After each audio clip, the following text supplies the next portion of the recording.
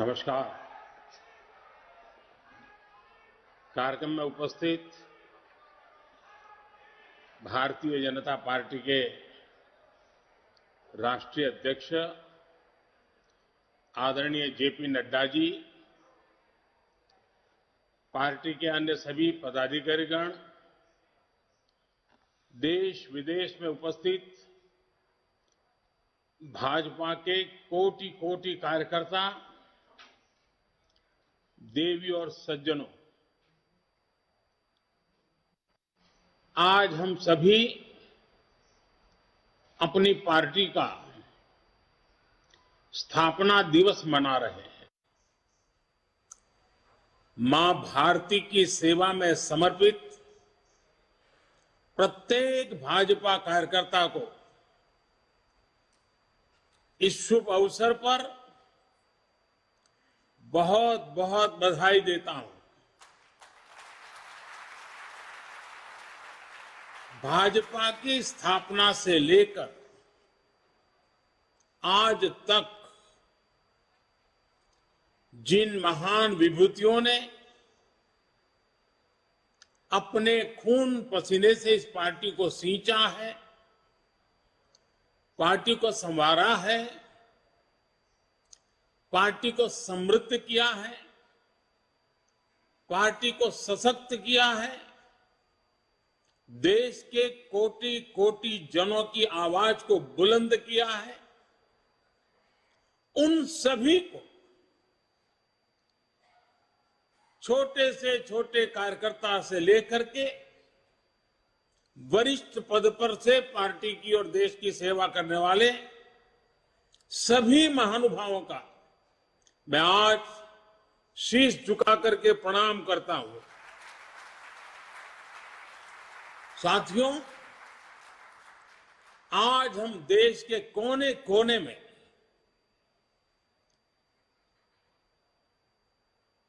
भगवान हनुमान जी की जन्म जयंती मना रहे हैं। बजरंगबली के नाम का घोष चारों तरफ गूंज रहा है।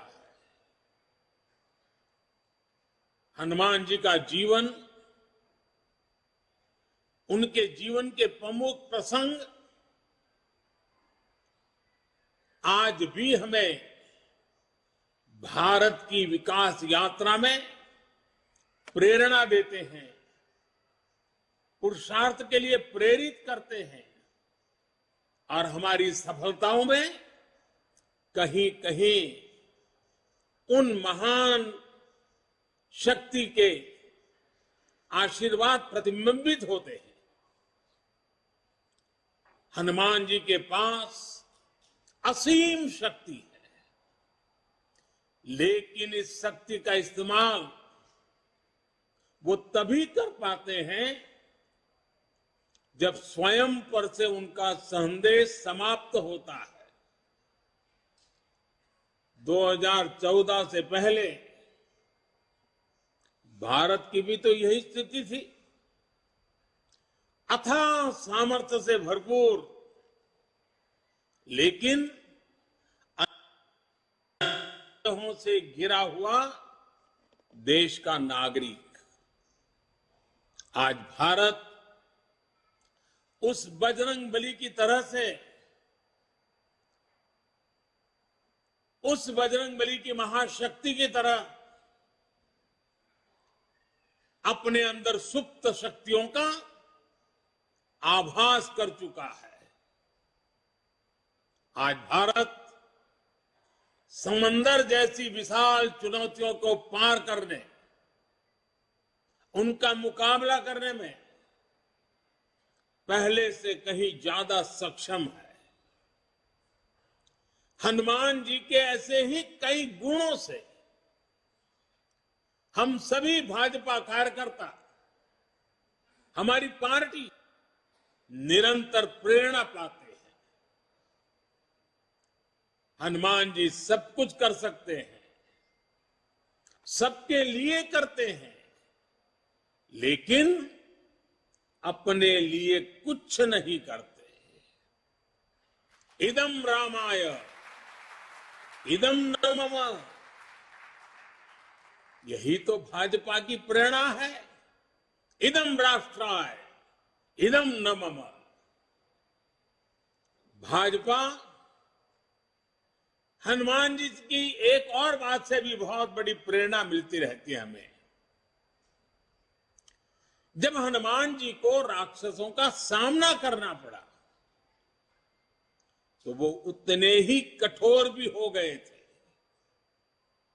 इसी तरह जब भ्रष्टाचार की बात आती है, परिवारवाद की बात आती है, कानून व्यवस्था की बात आती है, तो भाजपा उतनी ही संकल्पबद्ध हो जाती है मां भारती को इन बुराइयों से मुक्ति दिलाने के लिए। कठोर होना पड़े तो कठोर भी होती है। और हमारे लिए तो बहुत बड़ी प्रेरणा क्या है, आज की मॉडर्न परिभाषा में जिन बातों को बार बार जिक्र किया जाता है, और वो है कैन डू एटीट्यूड। अगर हनुमान जी का पूरा जीवन देखें, डगर डगर पर पल पल हनुमान जी के भीतर की can do attitude, can do संकल्प शक्ति उनको हर प्रकार की सफलता लाने में बहुत बड़ी भूमिका अदा करती है। कहा भी गया है, कवन सो काज कठिन जग माही, कवन सो काज कठिन जग माही, जो नहीं होई तात तुम्ही पाही, तुम्हें पाही। यानी ऐसा कोई भी काम नहीं है जो पवन पुत्र हनुमान कर नहीं सकते। इसलिए जब लक्ष्मण जी पर संकट आया तो हनुमान जी संजीवनी बूटी के लिए पूरा पर्वत ही उठा करके ले आए। भाजपा भी इसी प्रेरणा से परिणाम लाने में, लोगों की समस्याओं का समाधान करने का प्रयास करती रही है, करते रहना है, करते रहेंगे। इसलिए साथियों, आज के पवित्र अवसर पर को स्मरण करना है, राम काज किने बिनु, राम काज किने बिनु, मोहि कहां विश्राम। भाइयों और बहनों, भाजपा वो पार्टी है जिसके लिए राष्ट्र सदैव सर्वोपरि रहा है। एक भारत श्रेष्ठ भारत जिसकी आस्था का मूल मंत्र रहा है। जब जनसंघ का जन्म हुआ था तो हमारे पास न ज्यादा सियासी अनुभव था, न साधन थे, न संसाधन थे, लेकिन हमारे पास मातृभूमि के प्रति भक्ति, हमारे पास लोकतंत्र की शक्ति थी। जो देश लोकतंत्र की जननी हो, मदर ऑफ डेमोक्रेसी हो, उसकी जनता के नीर क्षीर विवेक पर प्रारंभ से हमारी आस्था रही है और दिनों दिन वो आस्था और मजबूत होती जा रही है। इसलिए जनभावना, जन आकांक्षाओं को ही हमने भाजपा की चेतना शक्ति बनाया है। हमने राष्ट्र प्रथम, नेशन फर्स्ट के मंत्र को अपना आदर्श बनाया है। भाजपा ने लोकतंत्र की कोख से जन्म लिया। भाजपा लोकतंत्र के अमृत से पोषित है और भाजपा देश के लोकतंत्र को, देश के संविधान को मजबूत करते हुए समर्पण भाव से दिन रात देश के लिए काम कर रही है। साथियों, हमारा समर्पण है मां भारती को, हमारा समर्पण है देश के कोटि कोटि जनों को, हमारा समर्पण है देश के संविधान को। साथियों, आज भाजपा विकास का पर्याय है, विश्वास का पर्याय है, नए विचार का पर्याय है और देश की विजय यात्रा का भी एक मुख्य सेवक बनकर के अपनी भूमिका निभाता रहा है। भाजपा सबका साथ, सबका विकास, सबका विश्वास और सबका प्रयास के मंत्र के साथ काम कर रही है। भाजपा की कार्यशैली सर्वसमावेशी है, सर्वस्पर्शी है, सर्वजन का हित करने वाली है। सामाजिक न्याय और सशक्तिकरण को हमने हमेशा अपने हृदय में, अपनी कार्यशैली में सर्वोच्च प्राथमिकता दी है। सामाजिक न्याय ये हमारे लिए राजनीतिक नारेबाजी का हिस्सा नहीं, ये हमारे लिए आर्टिकल ऑफ फेथ है। बीते वर्षों में बहुत सारे दल सामाजिक न्याय के नाम पर राजनीति का दिखावा करते रहे हैं। इन दलों ने, उनके मुखिया अपने परिवार का भला कर लेते हैं, अपने समाज का कतई नहीं, जबकि भाजपा सामाजिक न्याय को जीती है, उसकी भावना का अक्षरशः पालन करती है। 80 करोड़ गरीबों को बिना भेदभाव मुफ्त राशन मिलना सामाजिक न्याय का ही प्रतिबिंब है। 50 करोड़ गरीबों को बिना भेदभाव 5 लाख रुपए तक मुफ्त इलाज की सुविधा मिलना सामाजिक न्याय की सशक्त अभिव्यक्ति है। 45 करोड़ गरीबों के बिना भेदभाव जनधन बैंक खाते खोलना सामाजिक न्याय का इंक्लूसिव एजेंडा का जीता जागता उदाहरण है। 11 करोड़ गरीबों को बिना भेदभाव शौचालय मिलना, यही तो सामाजिक न्याय है, यही तो सामाजिक न्याय के प्रति हमारी भक्ति है। बिना भेदभाव, बिना तुष्टीकरण, बिना स्वार्थ, बिना वोट बैंक की राजनीति किए भाजपा आज सामाजिक न्याय का भी सच्चे अर्थ में धरती पर इरादों को साकार करने वाला, देश के दबे कुचले समाज के लिए आशा की किरण बना हुआ एक पर्याय बनकर के उभरा है। साथियों, आज भाजपा देश में एक नए पॉलिटिकल कल्चर का भी नेतृत्व कर रही है। कांग्रेस और उनके जैसी पार्टियों का कल्चर, उन पार्टियों की पहचान क्या है? ये उन्हीं के कल्चर में से पैदा हुई है।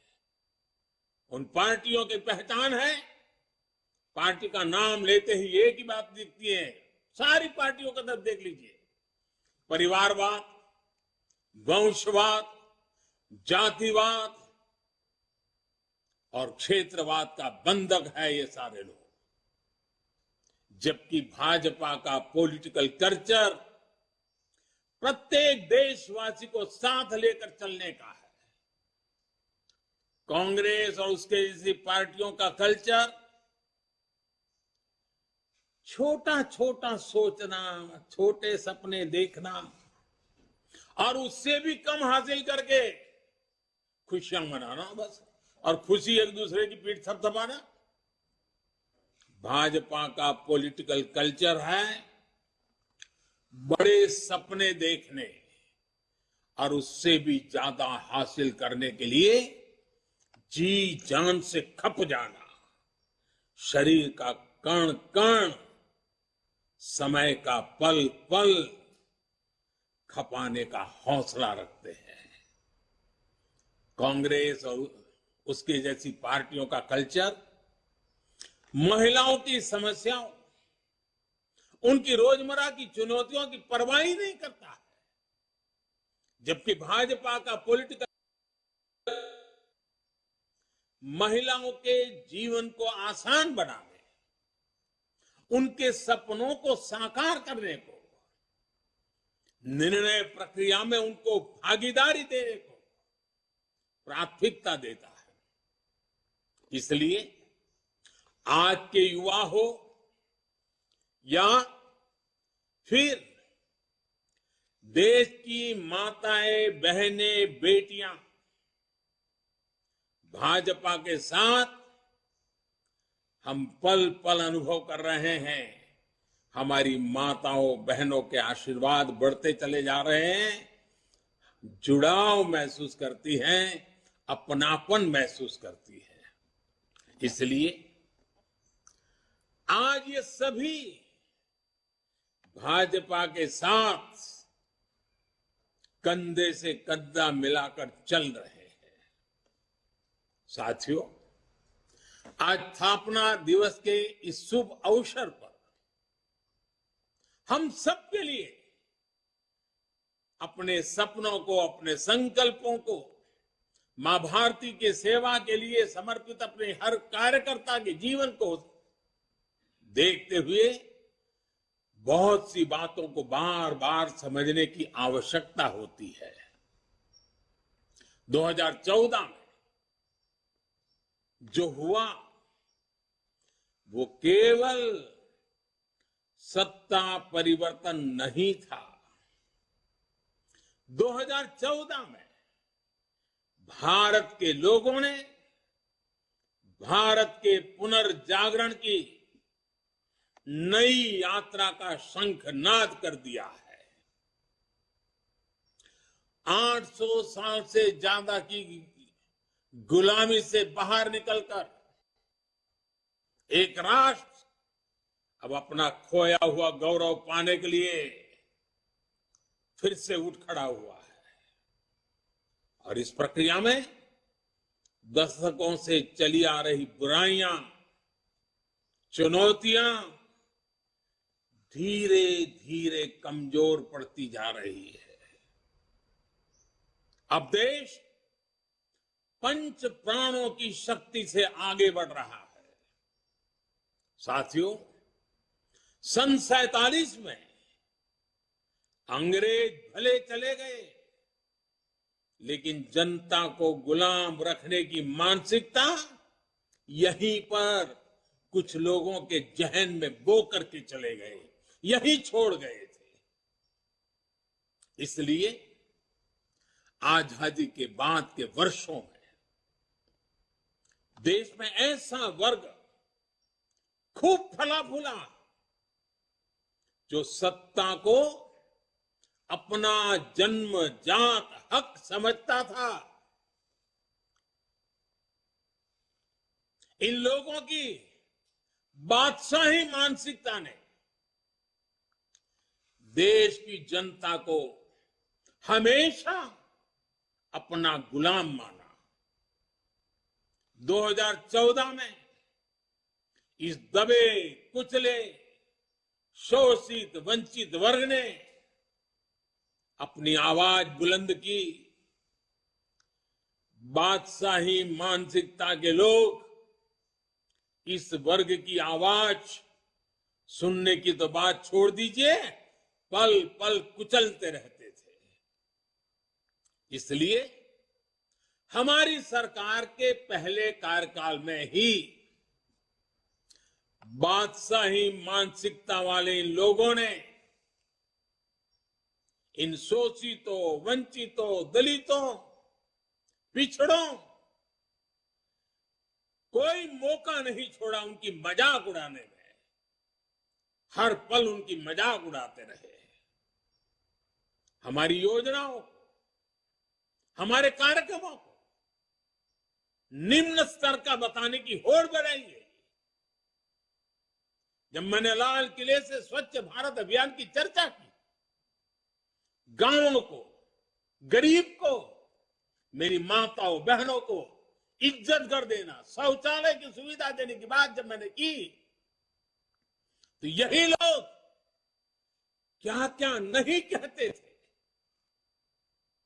जब मैंने डिजिटल इंडिया की बात की तो इन्होंने अपनी ताकत, पूरी ताकत उसे खारिज करने में, देश के लोगों में भ्रम पैदा करने में, निराशा पैदा करने में पूरी शक्ति झोंक दी। ये तर्क दिए जाने वाले और ये कहने लगे देश में बड़ी आबादी अनपढ़ है, अनजान है, वो कैसे डिजिटल इंडिया का लाभ ले पाएगी।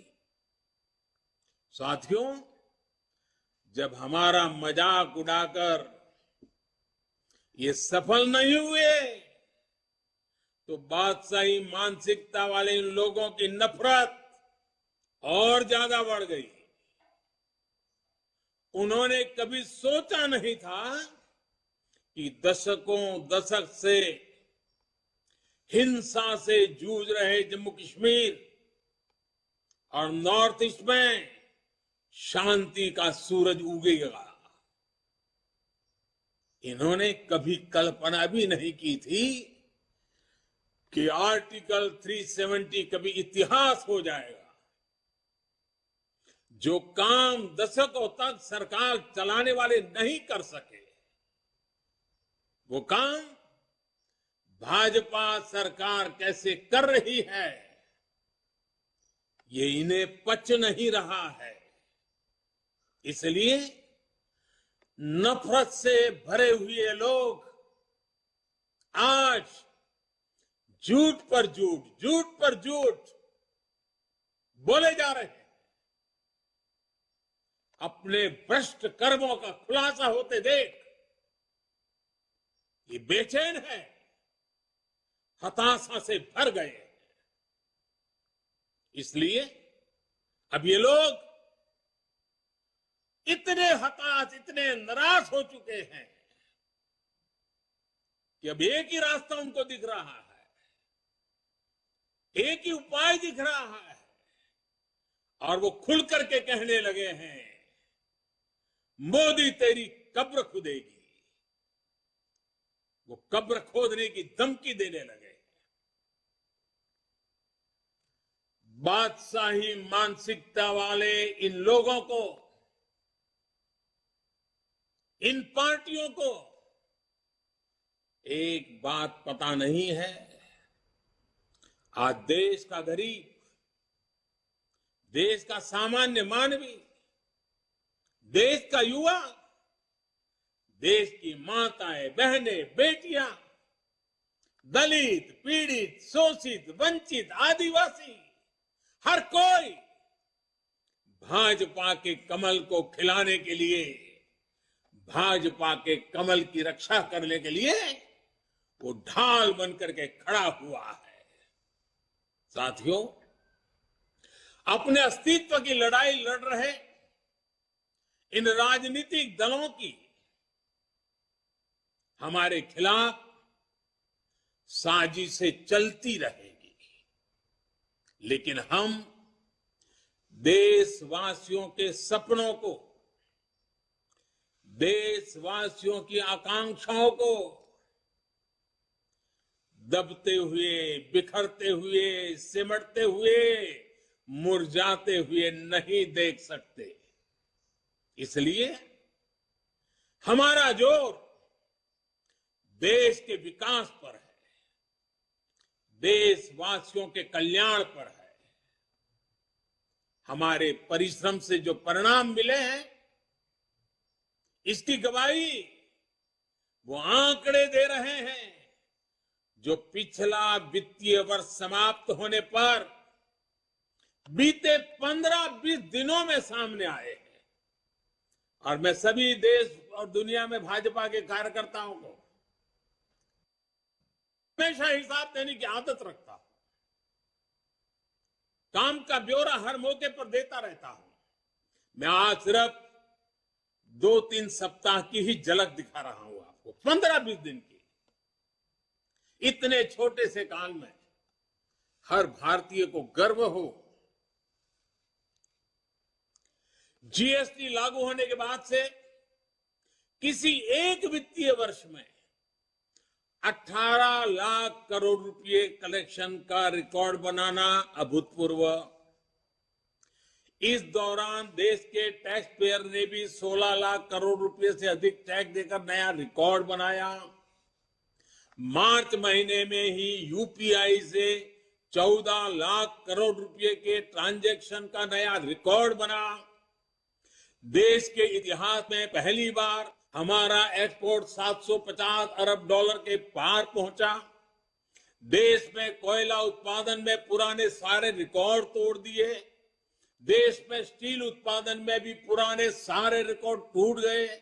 पहली बार 16,000 करोड़ रुपए का डिफेंस एक्सपोर्ट हुआ। एचएएल ने रिकॉर्ड रेवेन्यू जनरेट किया। मोबाइल फोन प्रोडक्शन और मोबाइल एक्सपोर्ट में भी नया रिकॉर्ड बना। एक साल में 6,500 किलोमीटर रेल ट्रैक का इलेक्ट्रिफिकेशन करने का रिकॉर्ड भी कुछ ही दिन पहले सामने आया। रेलवे ने 1,500 मैट्रिक टन से अधिक फ्रेट लोडिंग का रिकॉर्ड भी इसी दौरान बनाया। देश के बड़े पोर्ट्स ने एक साल में करीब 800 million metric ton cargo handle करने का नया रिकॉर्ड बनाया। लगातार बन रहे विकास के ये रिकॉर्ड दिखाते हैं कि देश कितनी तेजी से आगे बढ़ रहा है। मैं एक सांस में जितना बोल पाया बोल दिया। साथियों, आज हम सबका सौभाग्य है कि आज एक राजनीतिक कार्यकर्ता के रूप में हमें आजादी के अमृत काल में देश की सेवा का अवसर मिल रहा है। हमें भविष्य के भारत का निर्माण भी करना है और मेरे सब कार्यकर्ताओं को, भाजपा के हर सिपाही को हर स्तर पर उसका नेतृत्व भी करना है। हमारे प्रयास में अगले 25 वर्षों का विजन शामिल होना चाहिए। हमारे हर कार्य में वो ऊर्जा होनी चाहिए जो आने वाले दशकों तक देश की दिशा और दशा, हमारे सपनों को मजबूत करने वाली मां भारती के कोटि कोटि जनों की आजादी से अब तक के संजोए हुए सारे सपनों को सिद्ध करने वाली होनी चाहिए। साथियों, आज के इस समय में दुनिया तेजी से बदल रही है। हमें भविष्य के हिसाब से भी अपनी पार्टी को निरंतर विकास करने की, विकसित करने की, सामर्थ्य बढ़ाने की कोशिश कभी भी रुकने नहीं देना है। हम पहले भी करते आए हैं, आगे अब जरा और गति से करना होगा। 6-7 वर्ष बाद मैं सभी कार्यकर्ताओं से आग्रह करता हूं, 6-7 वर्ष बाद भारतीय जनता पार्टी के 50 वर्ष पूरे होंगे। जब भाजपा के 50 वर्ष पूरे हो, उस समय पार्टी का व्याप कितना होगा, स्वरूप कैसा होगा, हमारे लक्ष्य क्या होंगे, ये हमें अभी से तय करना होगा। हमें नए आइडियाज को, नए इनोवेशंस को अपनाना होगा। पार्टी में उन्हें एक प्रकार से हमारा जीवन का, कल्चर का हिस्सा के रूप में ऐसे जोड़ना होगा, उसे बढ़ाना होगा। जैसे मेरा एक सुझाव है कि हम पार्टी में टेक्नोलॉजी को हर स्तर पर आगे लेकर आए। हम विभिन्न स्तरों पर टेक्नोलॉजी सेल्स बना सकते हैं। हम युवाओं की ऐसी टीम बना सकते हैं जो आधुनिक टेक्नोलॉजी को मॉनिटर करे, उसे जनता तक पहुंचा के लिए कैसे इस्तेमाल कर सकते हैं। हम एक्सपर्ट से सुझाव लें, हम सेमिनार करें, एक्सपर्ट्स को लेकर बुला करके बदलते हुए विश्व को समझने की कोशिश करें। सोशल मीडिया में भी हमें नए तौर तरीकों के बारे में सोचना होगा। आजकल रील्स, यूट्यूब, ट्विटर, फेसबुक और इंस्टाग्राम के जमाने में ज्यादा से ज्यादा युवाओं में, इस युवा पीढ़ी में प्रोफेशनल से जुड़ने के लिए हमें राजनीति के नए आयामों को विकसित करना ही है।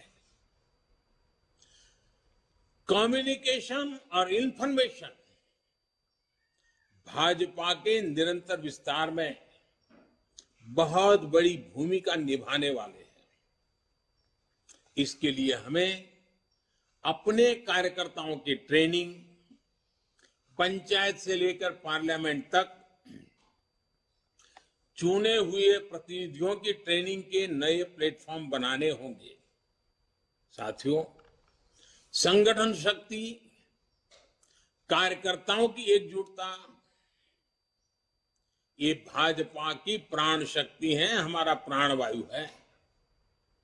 इसे निरंतर ऊर्जा देते रहना भी हम सभी का कर्तव्य है।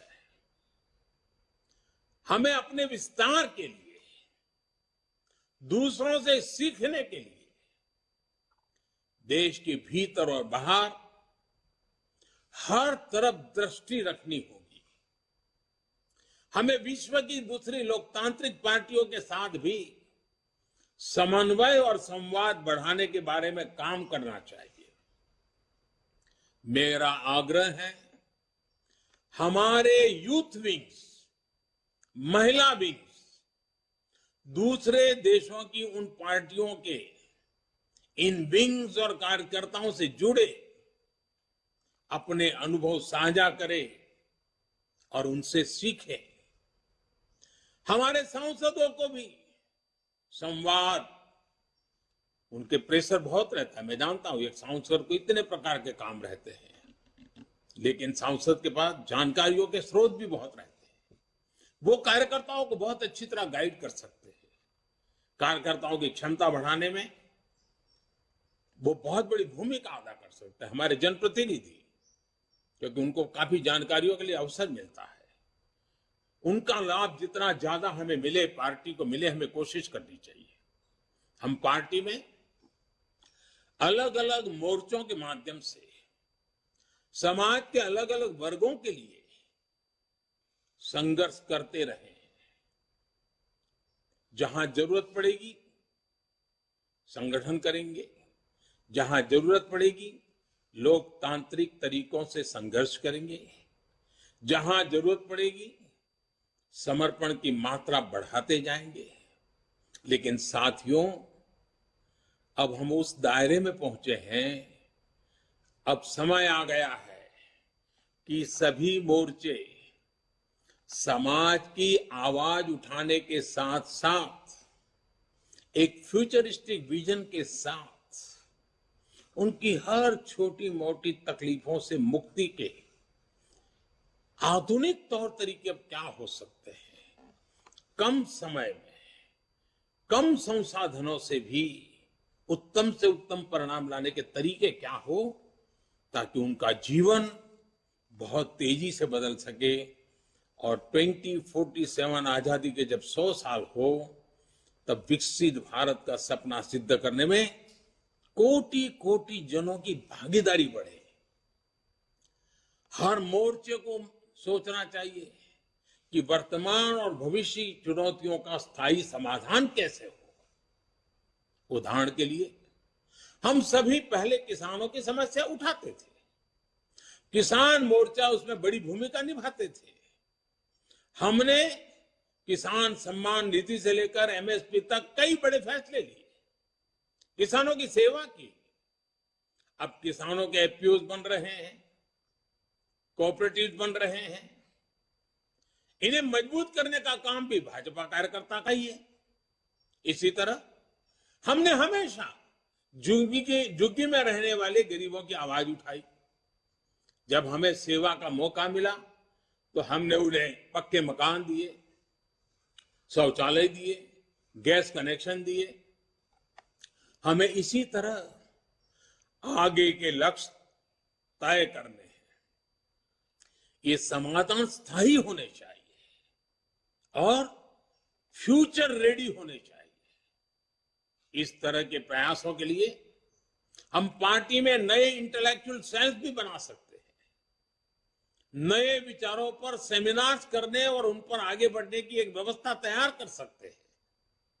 साथियों, जब हमारे सामने 2047 के विकसित भारत जैसा बड़ा लक्ष्य है तो हमारी ये जिम्मेदारी है कि परिश्रम में कोई कमी नहीं छोड़े। हमें सफलताओं को सेलिब्रेट तो करना है, लेकिन अगले ही पल अगली चुनौती के लिए कमर भी कसनी है। और हमें ये सब बीजेपी की मूल विचारधारा के प्रकाश में ही करना है, भारत के संविधान की सीमाओं में ही रहना है। हमें भारत के समाधान उधार की सोच से नहीं, भारत की जड़ों से ही, भारत की परंपराओं से ही, भारत के कोटि कोटि जनों के सदियों के अनुभव से ही उस अमृत से आगे बढ़ना है। इस सोच के साथ हमें भाजपा को 21वीं सदी की भविष्य की पार्टी बनाना है। हमें दुनिया की सबसे बड़ी पार्टी होने के बाद भी अति आत्मविश्वास का शिकार नहीं होना है।